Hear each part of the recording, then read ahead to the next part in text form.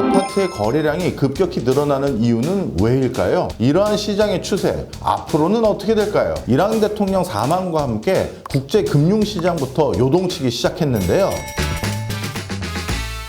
쏟아지는 경제 뉴스 속에서 돈이 되는 정보만 전달해드립니다. 박정호의 머니픽입니다. 첫 번째 주제입니다. 올해 1분기 전국 아파트 매매량 최대, 전세 사기 무서워 아파트 구매, 빌라 전세 사기 포비아, 아파트 매매로 이어져. 한국부동산원에서는 올 1분기 주택 매매 거래량에 대해서 통계를 발표했습니다. 올 1분기 주택이 매매된 거래량 중에서 아파트 거래 비중이 75%가 넘어가는 것입니다. 이렇게 아파트의 거래량이 급격히 늘어나는 이유는 왜일까요? 아직까지 전세 사기 피해가 어떻게 수습될 것인지 정부 대책이 완벽하게 나오지 않은 상태고요. 뿐만 아니라 빌라, 연립 등의 비아파트 주택에 대한 시장의 불신이 그 어느 때보다 높아졌기 때문으로 분석됩니다.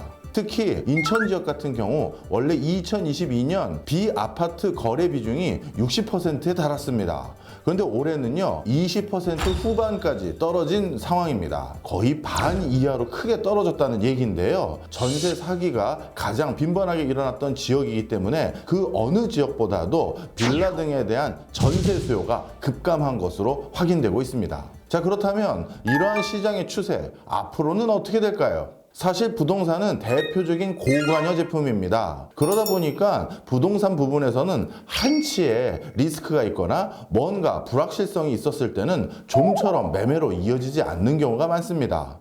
따라서 이번에 정부가 전세 사기와 관련된 대책을 추가적으로 내놓는다 하더라도 그 전세 사기 대책이 시장에서 제대로 작동하는지 확인하는 충분한 기간이 소요돼야지만 빌라에 대한 선호도가 다시 이어질 가능성이 높아 보이고요.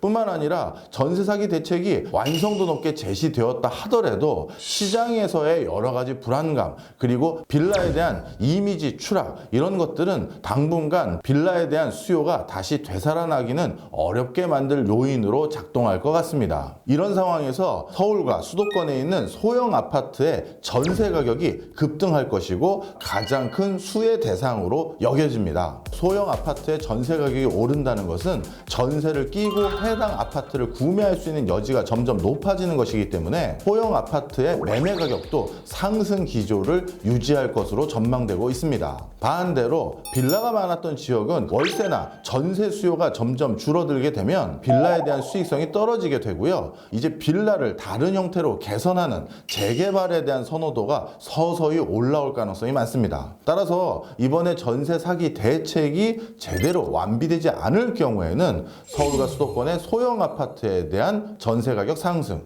그리고 빌라촌이라고 불리우는 지역에 대해서는 재개발 이슈가 도래할 가능성이 높다, 이렇게 전망됩니다. 두 번째 주제입니다. 한국, 미국 환율 관찰 대상국에서 빠질 전망, 2회 연속 환율 관찰 대상국에서 제외, 약해진 한국 경제 체력, 외환당국, 운신의 폭이 커져.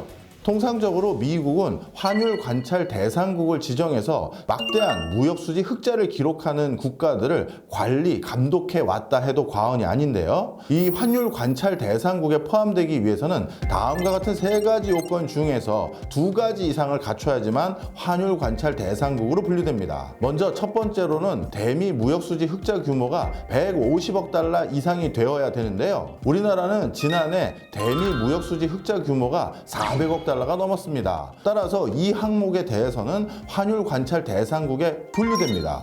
하지만 경상수지 흑자액이 GDP의 3%를 초과했느냐에 대한 부분에서는 지난해 우리나라의 경상수지 흑자액은 우리나라 GDP의 1.1% 정도 수준에 국한되어 있었습니다. 따라서 우리나라는 해당 사항에서 제외되게 됐습니다. 세 번째는 지난 12개월 중 8개월 동안 GDP의 2% 이상으로 달러를 순매수했는지 평가합니다. 우리나라는 상당 기간 동안 달러를 순매수했을 것으로 점쳐지긴 합니다만 우리나라 정책 당국에서는 해당 사항이 없다라는 형태로 이미 시장에 많은 암시를 주고 있습니다.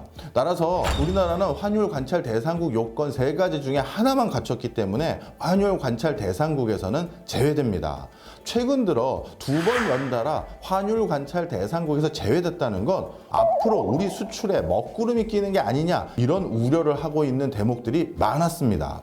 하지만 반대로 긍정론도 많습니다. 미국이 특정 국가를 환율 관찰 대상국으로 지정을 하게 되면 환율을 조작해서 미국과의 무역수지 흑자 규모를 인위적으로 늘리는 국가인지 아닌지를 주도 면밀하게 지켜보겠다라는 시그널이 되는 것이고요. 환율 안정을 일정 부분 인위적으로 시도했다라는 징후를 확인하게 되면 미국에 수출하는 것을 막거나 제재할 수 있는 여러 가지 법적 근거가 생기게 됩니다. 따라서 환율 관찰 대상국에서 우리나라가 제외됐다는 건 당분간 한국은 크게 신경 쓰지 않겠다는 얘기가 되기 때문에 미국이 우리나라 기업이나 우리나라 제품에 제재를 가할 가능성이 그만큼 낮아졌다는 걸 반증하는 것이고요. 외환이 안정적으로 수급될 수 있는 중요한 요건 중에 하나를 갖춘 것이다라는 평가가 요즘은 지배적입니다. 7월 달부터는요, 우리가 외환을 거래할 수 있는 시간대가 거의 24시간에 가까울 정도로 아무 때나 외환을 사고 팔 수 있게 바뀌어버립니다. 이 때문에 외화 거래량도 많아질 뿐만 아니라 즉각 환율에 영향을 미칠 수 있는 변수들이 외환 시장에 반영되게 되면서 환율의 변동성이 이렇게 커지는 상황이 생길 수 있습니다. 이처럼 환율의 변동성이 커질 수 있는 상황에서 우리나라가 환율 관찰 대상국에서 제외됐다는 건 한국의 외환 시장이 안정화될 수 있는 경로가 하나 열린 것이기 때문에 환율 불안전성을 일부 제거하는 데는 도움이 된다라는 의견들이 많습니다.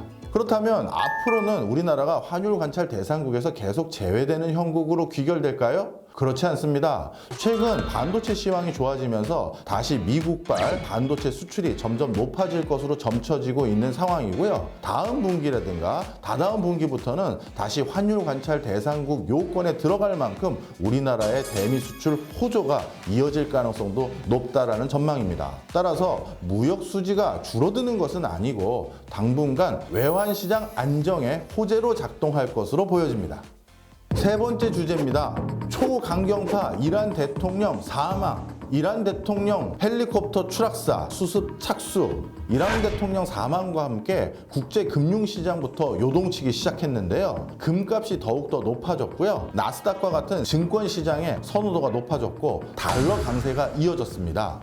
이란 대통령 추락사가 테러가 아니라 헬리콥터의 비행기 결함으로 밝혀졌고 일단 사태가 어느 정도 수습돼 가고 있는 상황이긴 합니다. 그럼에도 불구하고 중동 지역 내부에서는요, 각종 음모론들이 나오고 있는 상황인데요. 특정 테러 단체의 음모로 사망한 것이다, 이란의 최고 지도자 자리를 놓고 정적에 의해서 제거된 것이다 라는 논의들이 이란 내부에서도 많은 상황입니다. 이란 대통령의 헬기 추락 사고는 앞으로도 중동 지역의 불확실성을 높일 요인으로 작용할 것으로 점쳐지고요. 가장 큰 위험 요인 중에 하나는 이제 곧이어 전개될 차기 대통령을 뽑는 보궐선거가 이어진다는 점 때문입니다. 새로 대통령 선거를 하게 될 경우 반미 성향의 공약이라든가 정치적 슬로건들을 대거 앞세울 수밖에 없습니다. 특히 이번에 이란 대통령이 탑승한 헬리콥터 같은 경우는 그동안 미국의 경제 제재로 인해서 1990년대 후반에 단종된 모델임에도 불구하고